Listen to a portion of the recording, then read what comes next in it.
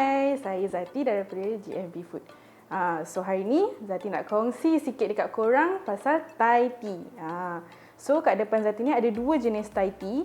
Satu yang daun teh macam ni dan satu lagi yang jenis serbuk premix macam ni. So kalau korang nak tahu, Thai tea ni sebenarnya dah sangat-sangat famous tau dekat Asia ni, ataupun sebenarnya dekat luar negara pun dah semakin famous. So sekarang ni kita nak tunjuk cara nak brew daun teh Thai tea ni. Untuk brew daun teh Thai tea ni, kalau yang jenis guna macam ni lah, yang jenis daun teh ni, korang kena guna jenis penapis yang kain ni tau. So beza dia kalau guna berbanding penapis yang besi ataupun plastik. Yang itu dia macam lubang dia tu tak terlalu halus tau. So kalau guna yang jenis kain macam ni, dia punya teh tu sedap-sedap halus tu. So tak adalah tercampur dengan air ni sekali. Sebab yang ni memang khas untuk macam teh ataupun kopi.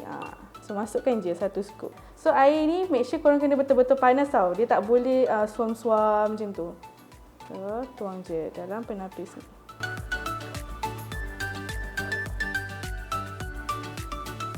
So yang ni korang biarkan dia brew dalam lebih kurang 5 minit macam tu. Kita buat bancuhan susu dia pula. So senang je. 1 tablespoon susu pekat, 200 ml susu cair.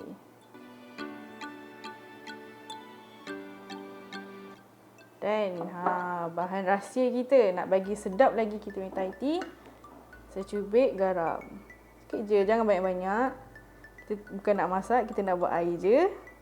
So korang kacau je sampai dia mix elok lah. Okay, so sekarang kita nak tunjuk yang second punya method brew. So actually yang ni Thai tea premix daripada mix lah. So yang ni Zati gunakan dalam lebih kurang 50 gram macam tu. So kalau yang ni tak payah susu pekat, just guna premix ni. Since premix ni dia dah ada siap gula dan juga creamer. So tak perlulah additional susu pekat ataupun gula dalam kita punya Thai tea ni. So korang just masukkan je dalam cawan ataupun beaker ni. Masukkan air panas.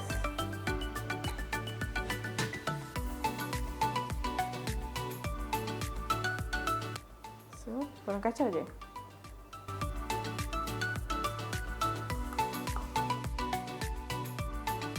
Okay, so dah siap kita punya bancuhan Thai tea tu. So korang boleh perasan tak? Yang ni yang guna daun teh dan juga yang ni premix. So dia adalah sikit colour difference sebab yang daun teh dia kosong je. Dia tak ada susu ataupun gula creamer lah kan. So yang Thai tea premix ni pula, since dia premix, dia dah siap dah ada creamer dan juga gula. So tak perlu tambah, untuk bancuhan nanti tak perlu tambah susu pekat lah. So jom sekarang kita proceed pula cara bancuhan dia. So sekarang kita masukkan cincau dulu.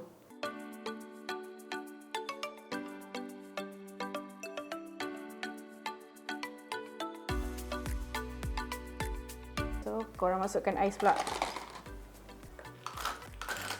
Yang ni tadi susu yang kita dah campur siap-siap dengan susu pekat. Tuang je. Alright. So next, korang boleh tuang pula Thai tea yang kita dah brew tadi.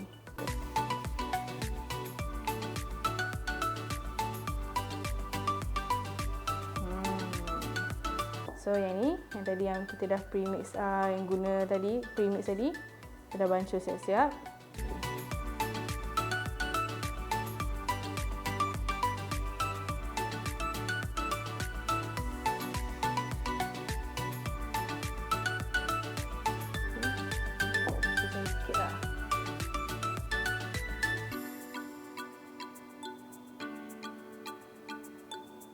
Dan juga letak cheese foam.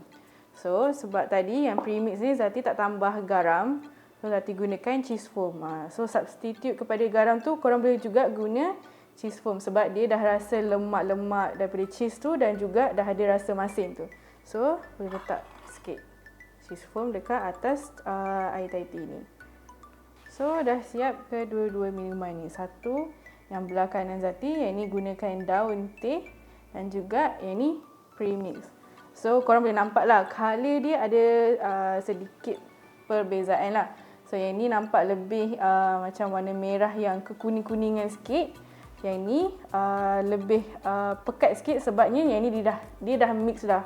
So dia dah campur sebab dalam dia ada gula dan juga creamer. So rasa dan juga bau dia tu, bau aroma teh dia walaupun yang premix, dia tetap kuat bau dia dan juga wangi.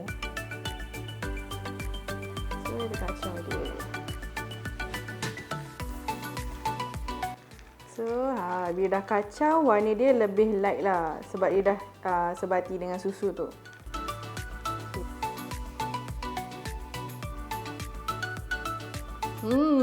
Sedap.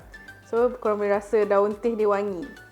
Dan juga dia berbeza lah berbanding daun teh yang dekat pasaraya itu sebab dia memang aroma dia tu berbeza.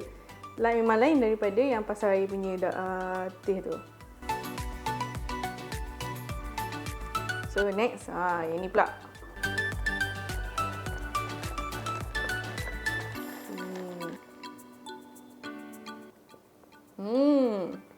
Wah, sedap. Dia rasa walaupun dia premix tapi memang rasa kepekatan pahit teh tu memang kau. So, yang ni dia nampak lebih kekuningan. Yang ni dia nampak lebih ke merah-merah coklat sikit. So, yang mana satu jadi pilihan korang. Yang ni yang guna daun teh dan juga yang ni yang guna premix. Kita jumpa lagi untuk next content yang akan datang. Jangan lupa like, komen, share dan subscribe. Bye-bye.